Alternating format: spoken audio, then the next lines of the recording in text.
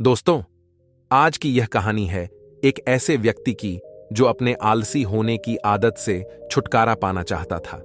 वह अपनी इस आदत से इतना ज्यादा दुखी हो चुका था कि वह अपना कोई भी काम समय पर नहीं कर पाता था। वह जानता था कि आलस करने की वजह से उसका जीवन खराब हो रहा है और उसने अपने आलसी पल से छुटकारा पाने की बहुत कोशिशें की, लेकिन वह कभी इसमें सफल नहीं हो सका और दिन गुजरने के साथ साथ वह और ज्यादा आलसी होता गया। जब उसे इस समस्या से बाहर आने का कोई उपाय समझ नहीं आया, तो एक दिन वह गौतम बुद्ध के पास आया और दुखी मन से बोला, हे बुद्ध, मैं एक समस्या से ग्रसित हूं। कृपया आप मुझे इस समस्या से बाहर निकालें। मैं जो कर सकता था सब करके देख लिया, अब तो मुझे बस आप ही का सहारा है। बुद्ध बोले, क्या समस्या है तुम्हें? वह व्यक्ति बुद्ध से कहता है, मैं बहुत आलसी हूं और अपने आलस्यपन के कारण मैं कोई भी काम समय पर नहीं कर पाता हूं। मेरे घर और परिवार में सभी मुझसे बहुत ज्यादा परेशान हैं, बल्कि घर वाले ही नहीं, मैं खुद भी अपने आप से बहुत परेशान हूं। हे बुद्ध, कृपया करके आप मुझे इस समस्या से बाहर निकालें और मुझे बताएं कि मैं क्या करूं। व्यक्ति की बात सुनकर बुद्ध मुस्कुराए और बोले, तुम्हें कैसे पता कि तुम आलसी हो और किस प्रकार का आलस्य है तुम्हें? व्यक्ति बोला, यह तो मुझे नहीं पता कि आलस्य क्या होता है और मैं आलस से ग्रसित हूं या नहीं, लेकिन यह जो भी है बहुत बुरा है। इसने मेरा पूरा जीवन खराब कर दिया है। बुद्ध बोले, आलस्य एक मानसिक अवस्था होती है जो तुम्हारे मन में उत्पन्न होती है, जो एक विचार है, भाव है, जिसे इंसान अपने अंदर लाता है। बुद्ध आगे कहते हैं, मनुष्य को दो प्रकार से आलस्य आता है, शारीरिक और मानसिक। शारीरिक आलस्य का पहला कारण भोजन है। जब हम ऐसा भोजन करते हैं जिसमें खुद कोई जीवन नहीं है, तो वह भोजन शरीर के लिए बोझ बन जाता है और फिर यह तुम्हारे शरीर में आलस्य पैदा करता है, क्योंकि हमारा शरीर भोजन से मिलने वाली ऊर्जा पर चलता है। जैसा भोजन हम इसे देते हैं, वैसी ऊर्जा यह हमें देता है। इसलिए अगर तुम आलस्य से बचना चाहते हो तो आराम और आसानी से पचने वाला भोजन करो, जो प्राकृतिक रूप से हमें मिलता है। शारीरिक स्तर पर ही दूसरा कारण है सही से न बैठना, सही से न सोना और सही से न चलना। बुद्ध ने आश्रम के भिक्षुओं की तरफ इशारा करते हुए उस व्यक्ति से कहा, जरा इन भिक्षुओं को ध्यान से देखो।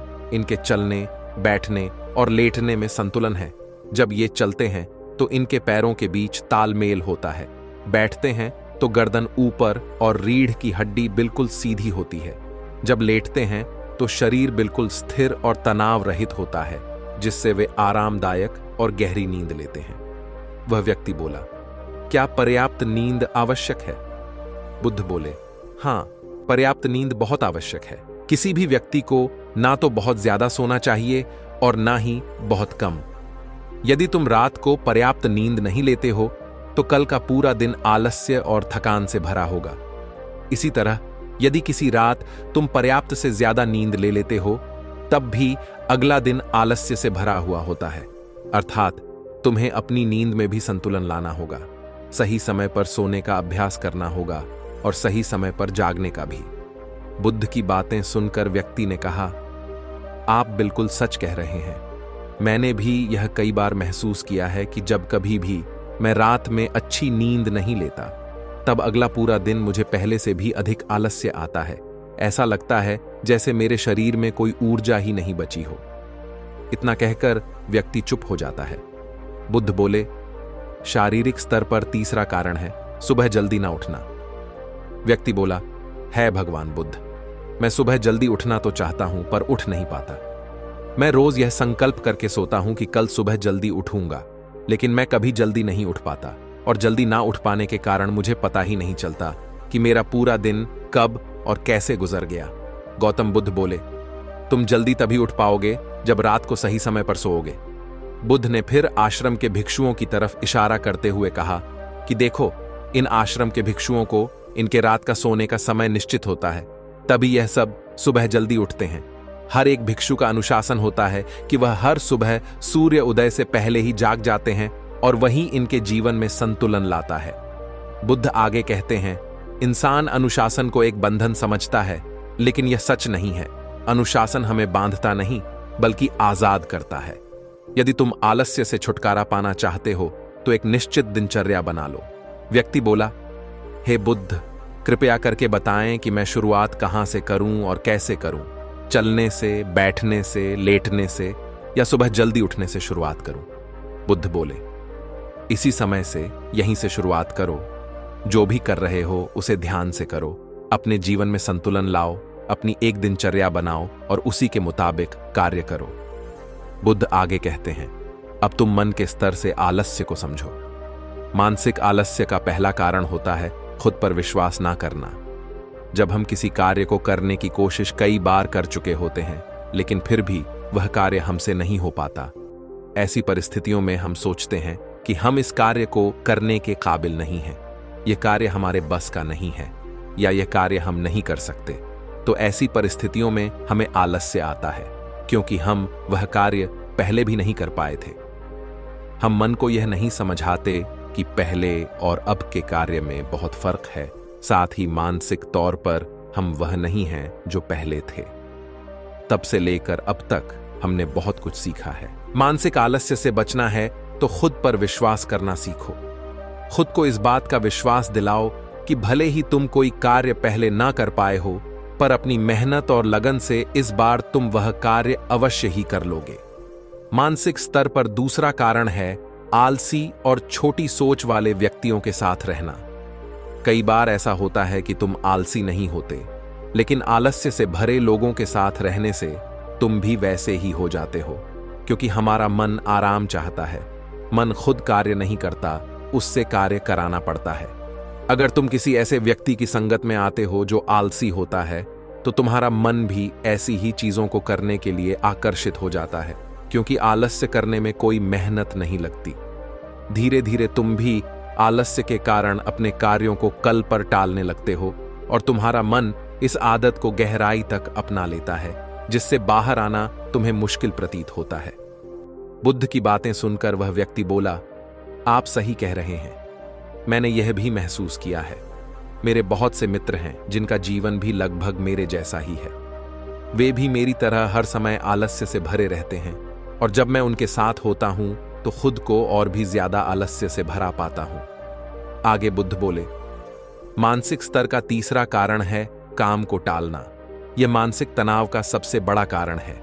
अक्सर हम अपने कार्यों को कल पर टाल देते हैं। आज का काम कल पर और कल का काम परसों पर टालते रहते हैं और उस कार्य को करने का दिन कभी नहीं आता। अन्यथा जब हम अपने कार्यों को समय पर नहीं कर पाते तो हमें आत्मग्लानि घेर लेती है। हमें उस कार्य को ना कर पाने का पछतावा होने लगता है। हमें पता नहीं चलता, लेकिन धीरे धीरे यह आदत हमारे अंदर घर कर जाती है और जिंदगी खराब कर सकती है। इसलिए जो कार्य आज कर सकते हैं उसे आज ही खत्म करो, कल पर मत टालो। बुद्ध ने कहा, मानसिक आलस्य का चौथा कारण है लक्ष्य स्पष्ट ना होना। मान लो तुम एक रेगिस्तान में फंसे हो और तुम्हें प्यास लगी है, तो क्या करोगे? वह व्यक्ति बोला, मैं पानी ढूंढने के लिए आसपास किसी गांव की तलाश करूंगा। बुद्ध बोले, यदि गांव नहीं मिला तो क्या करोगे? वह व्यक्ति बोला, तो भी मैं पानी ढूंढने का प्रयास करूंगा, क्योंकि मेरे पास और कोई विकल्प ही नहीं है। बुद्ध बोले, इसी तरह यदि तुम सुबह उठकर व्यायाम करना चाहते हो लेकिन नहीं कर पा रहे हो, तो तुम्हारी नजर स्पष्ट नहीं है कि तुम्हें व्यायाम क्यों करना है। या फिर अगर तुम किसी भी कार्य को करना चाहते हो लेकिन कर नहीं पा रहे हो, तो इसका कारण भी तुम्हारे लक्ष्य का स्पष्ट नहीं होना हो सकता है। सबसे पहले यह जानने की कोशिश करो कि तुम्हें कोई भी कार्य क्यों करना है, और जैसे ही तुम्हें क्यों का जवाब मिल जाता है, उस कार्य को करने के लिए तुम्हारा नजरिया स्पष्ट हो जाता है और तुम उस कार्य को कर लेते हो। मानसिक आलस्य का पांचवा कारण है किसी कार्य को करने की बड़ी वजह का ना होना। मान लो तुम किसी सुनसान जगह से कीमती गहने लेकर जा रहे हो। रास्ता बहुत लंबा होने के कारण तुम थक जाते हो और कहीं बैठकर आराम करना चाहते हो। यह सोचकर तुम एक पेड़ के नीचे बैठ जाते हो। तुम पेड़ के नीचे आराम कर ही रहे होते हो कि तुम देखते हो सामने से एक डाकू आ रहा है। तो क्या ऐसी परिस्थिति में भी तुम्हारा आलस्य तुम्हें भागने से रोकेगा? क्या तुम अपने गहने बचाने के लिए वहां से नहीं भागोगे? नहीं, तुम्हारा आलस्य तुम्हें सिर्फ उन्हीं कार्यों को करने से रोकता है जिन्हें करने की तुम्हारे पास कोई बड़ी वजह नहीं होती। बुद्ध ने कहा, मेरी बात ध्यान से सुनो। एक बात हमेशा याद रखना, जहां स्पष्टता है और कार्य करने की कोई बड़ी वजह है, वहां आलस्य हो ही नहीं सकता। वह व्यक्ति गौतम बुद्ध से बोला, हे बुद्ध, आज मुझे आलस्य का सारा खेल समझ आ गया। आज से मैं आपके बताए रास्ते पर ही चलूंगा। आज आपने मुझे जो ज्ञान दिया है, मुझे इसके बारे में कुछ मालूम ही नहीं था। आपने कितनी सहजता से मेरी इस समस्या का समाधान कर दिया। धन्यवाद तथागत। आज की गौतम बुद्ध की इस कहानी से हमने जाना कि मनुष्यों को आलस्य दो प्रकार से आता है, शारीरिक और मानसिक।